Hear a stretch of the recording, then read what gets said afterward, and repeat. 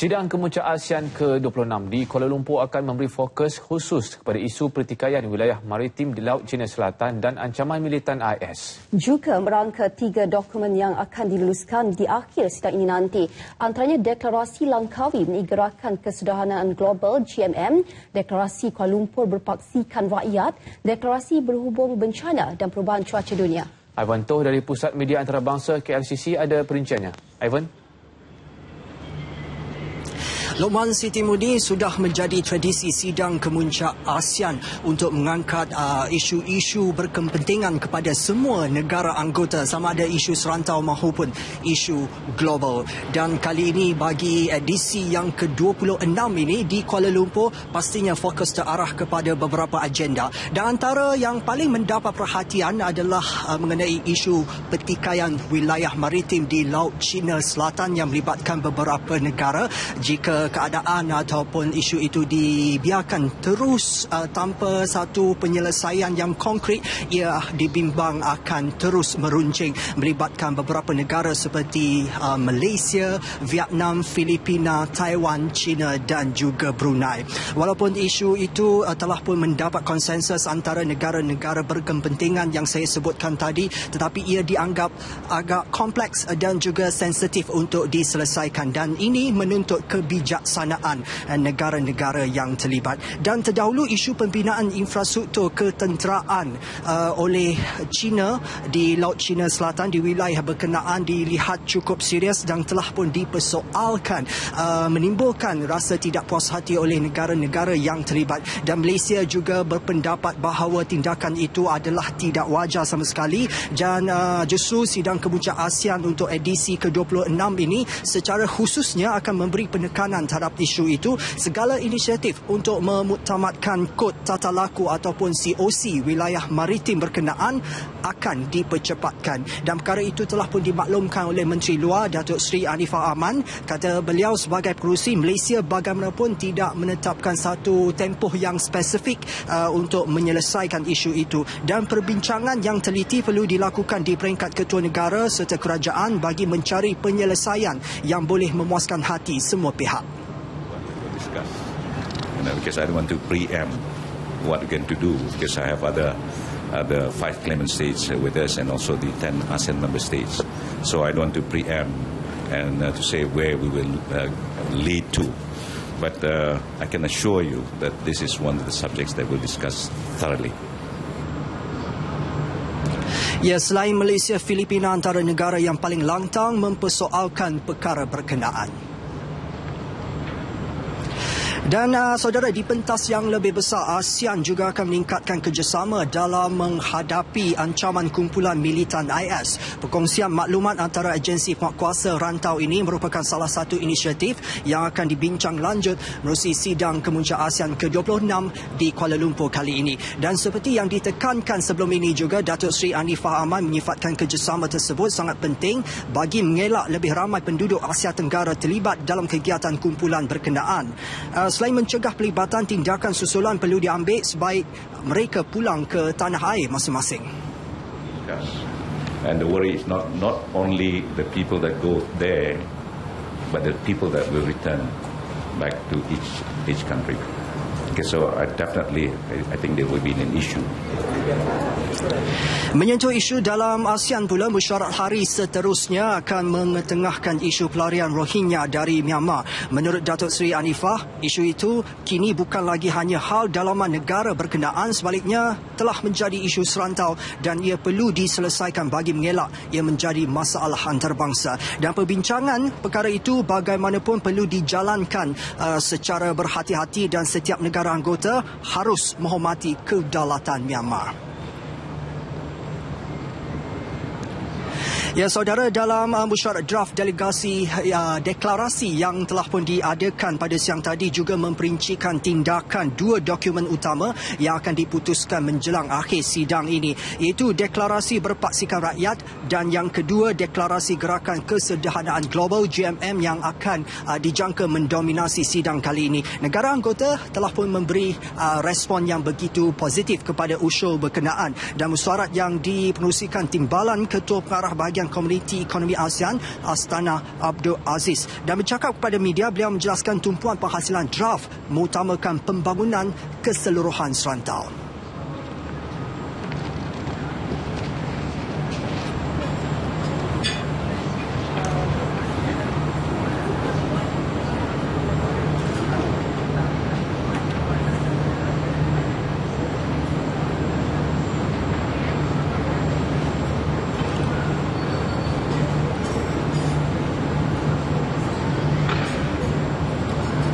Strengthening ASEAN and making ASEAN something accessible to everyone.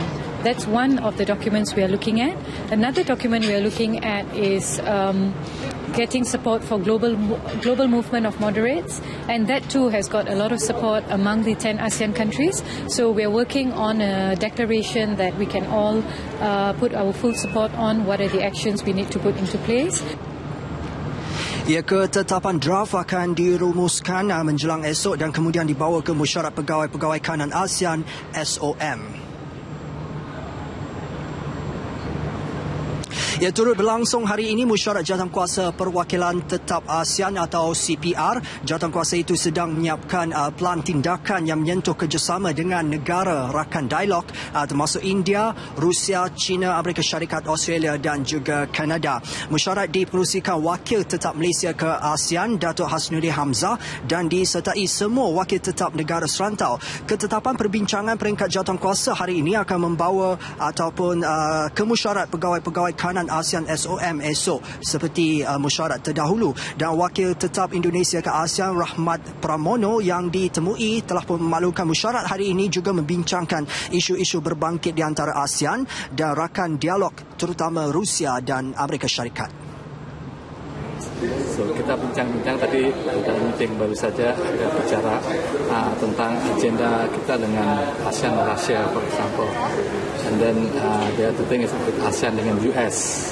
Kemudian kita juga bahas tentang preparation for the summit itself. Macam mana nanti summit itu untuk ministerial meeting, for example, program for the summit, the whole days, all 3 days in KL and also in Langkawi. Di pihak Indonesia, sokongan berterusan akan diberikan kepada Malaysia sebagai penerusi dan komited menjayakan kesemua pelan tindakan yang dirancang sebaiknya. Dan Malaysia pula selaras peranan sebagai anggota tidak tetap Majlis Keselamatan Pertubuhan Bangsa Bersatu PBB akan lebih berperanan sebagai penghubung dan jurucakap ASEAN di peringkat global. Ya, dalam satu majlis berasingan, pasukan pelan tindakan tertinggi bagi integrasi ekonomi ASEAN turut bermusyawarat untuk kali ke-10 dalam rangka pelan seterusnya dalam merealisasikan rancangan liberalisasi ekonomi ASEAN. Mesyuarat diperusikan pengarah kanan bahagian kerjasama ekonomi ASEAN, Kementerian Perdagangan Antarabangsa dan Industri, Datuk P. Ravindran, dan fokus pasukan ini tertumpu kepada pelaksanaan liberalisasi dalam perdagangan, pelaburan dan perkhidmatan serta galakan kerjasama dan integrasi dalam bidang baru yang seperti pendidikan, dasar keuangan dan makroekonomi, sokongan hubungan infrastruktur dan komunikasi serta pembangunan transaksi elektronik menerusi e-ASEAN. Dalam merealisasikan Komuniti Ekonomi ASEAN AEC, pasukan ini turut menggunapakai pengalaman ASEAN dalam pelbagai pentas, antaranya Perjanjian Perdagangan Serantau RTA, Pelan Tindakan Hanoi dan Wawasan ASEAN 2020. Ya, pada itu Pusat Media Antarabangsa di mana kami bersiaran ketika ini memulakan operasi sepenuhnya bermula jam 8 pagi esok. Tapi kami di RTM sebagai hos penyiar telah pun memulakan operasi kami sepenuhnya pada hari ini. Dan Pusat Media ini menawarkan fasiliti yang cukup lengkap termasuk kemudahan jalur lebar berkelajuan tinggi serta lain-lain keperluan berkaitan. Menurut Pengurus Sekretariat Media ASEAN Zaria Muhammad Nasri, delegasi media tempatan dan juga antarabangsa yang berdaftar dijangka mencecah lebih 1,000 orang menjelang hari kedua sidang esok. Dan apabila wakil media antarabangsa terutama daripada 10 negara anggota mula hadir esok. Walaupun dengan jumlah yang besar, namun persiapan yang dirancang sejak awal diyakini dapat menampung permintaan wakil media serantau. Kebanyakannya yang datang mungkin first disebabkan isu kan, isu untuk isu yang lebih luas untuk mereka membuat liputan. Yang kedua, perbezaan dari segi teknologi. Teknologi tu kita boleh sediakan kita boleh menyediakan media ni dengan kelengkapan. Macam dulu kita perlu sediakan setiap media dengan satu komputer. Sekarang kita dah ada laptop, kita dah ada internet. Jadi kemudahan teknologi itu memudahkan pihak media untuk mendapat sebarang informasi dengan cepat. Ya, pastinya kami RTM sebagai hostnya menjanjikan liputan menyeluruh sepanjang sidang kemuncak ASEAN edisi ke-26 di Kuala Lumpur dan juga Langkawi sehingga Isnin ini. Jadi pastikan anda terus bersama TV1 dan juga TV2. Untuk makluman juga, malam ini delegasi dan pegawai-pegawai kanan ASEAN akan diraikan dalam satu majlis makan malam alu-aluan di Menara Berkembar Petronas. Jadi setakat ini dahulu perkembangan yang boleh saya kongsikan untuk jam ini. Kita kembali bersama Lokman dan juga Siti Mudi di Angkat 10.